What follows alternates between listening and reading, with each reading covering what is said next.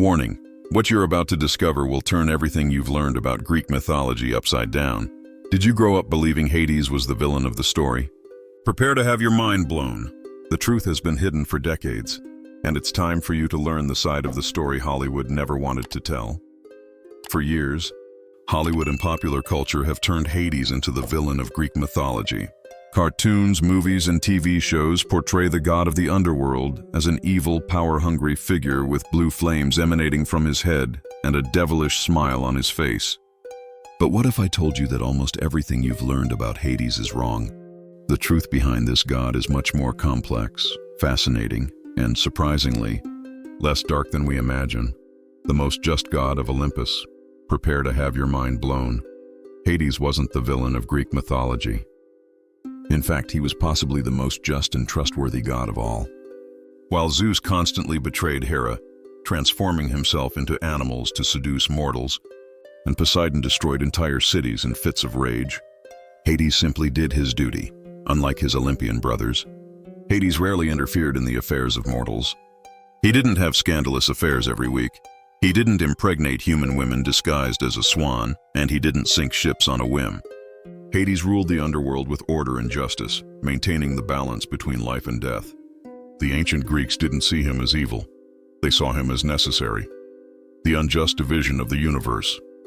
The story begins after the Titanomachy, the great war against the Titans. Zeus, Poseidon, and Hades defeated their father Kronos and needed to divide the universe between them. According to some versions of the myth, they drew lots. Zeus got the sky and thunder, Poseidon the seas and oceans, and Hades, well, Hades got the underworld.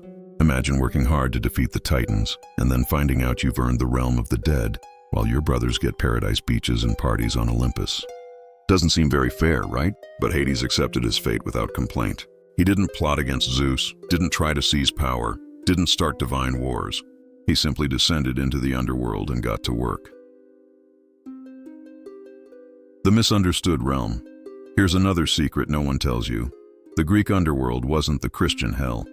There was no eternal fire, demons torturing souls, or a sadistic god punishing sinners.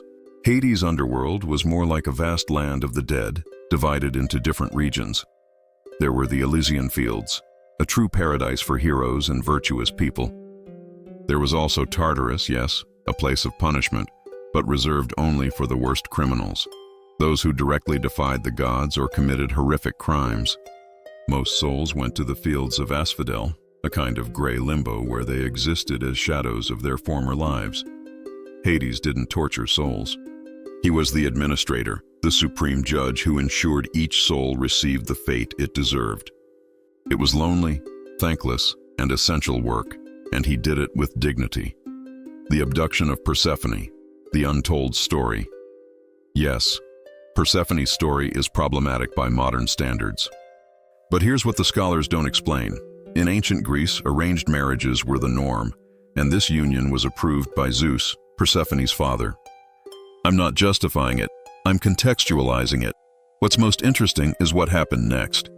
Unlike the countless women Zeus seduced and abandoned, Persephone became queen of the underworld, with real power and authority.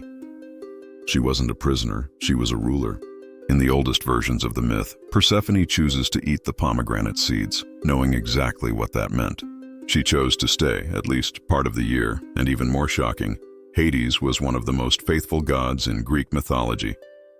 While Zeus had literally hundreds of extramarital affairs, there is only one story of infidelity attributed to Hades: his affair with the nymph Minthe, who was transformed into a mint plant. Only once in all of mythology. Compare that to the track record of the other Olympian gods. The god no one wanted to mention, the ancient Greeks were so afraid of attracting Hades' attention that they rarely uttered his name. Instead, they used euphemisms like Pluto, the rich, or Clemenus, the renowned. But this fear didn't stem from malice. It stemmed from respect and a natural terror of death.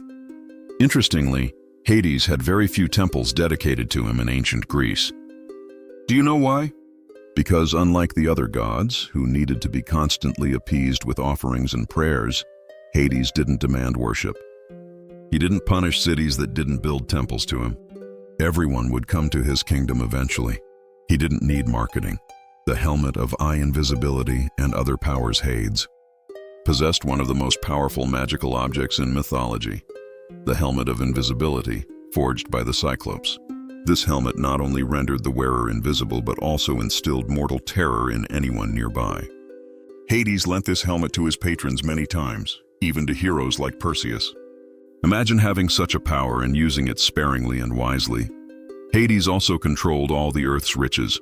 Precious metals, gems, and minerals came from his subterranean domain. Hence, one of his names was Pluto, the rich. Ironically, the god who lived in the underworld was one of the wealthiest in the Greek pantheon. The psychology behind the myth Hades' transformation into a villain reveals a lot about our relationship with death.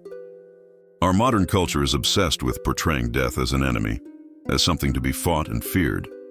But the ancient Greeks had a different view. They understood death as a natural part of the cycle of life.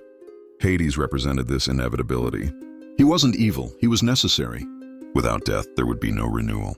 Without winter, there would be no spring. The myth of Persephone dividing her time between the upper world and the underworld explained the seasons. But it also symbolized this eternal cycle of life and death. The distorted legacy as Christianity spread throughout the Western world. Many aspects of pagan religions were demonized, literally. Hades, as ruler of the underworld, was amalgamated with concepts of Satan and the Christian hell, creating a confusion that persists to this day. Hollywood took this confusion and amplified it. They needed a villain for their fantasy films, and the god of the underworld seemed perfect. But in doing so, they completely erased who Hades truly was in the original myths, a just, trustworthy, and necessary god. The lesson of Hades, the true story of Hades, teaches us something profound about judgment and perception. How often do we label something or someone as evil simply because we don't understand their function or because it makes us uncomfortable? Hades performed a job no one else wanted to do, maintained order where there was chaos, and dispensed impartial justice within his domain. He reminds us that not everything that appears dark is necessarily evil. Sometimes the most misunderstood figures are those who silently carry the heaviest burdens. Hades never asked for recognition, never demanded excessive worship, never sought attention. He simply did his duty. Justice for the forgotten god. It's time to bring Hades justice. No, he wasn't perfect. No Greek god was. But he was a far cry from the fiery villain popular culture has created him to be. He was a just ruler, a faithful husband, by divine standards, and a competent administrator of the inevitable. The next time you see Hades portrayed as the villain in a movie or TV series, remember the truth. The real Hades was probably the most trusted god in all of Olympus. He understood that someone needed to maintain the balance between life and death, and he accepted that responsibility with dignity. Perhaps the true lesson of Greek myths isn't about heroes and villains, but about understanding that the forces we fear, like death, are simply part of existence. And the God who governs them isn't our enemy, but a necessary guardian of the natural order of the universe. What now? You'll never see Hades the same way again. If you've made it this far, congratulations. You've just discovered one of the biggest distortions of mythology that no one told you in school. Don't miss the next mythological secrets that will destroy everything you thought you knew.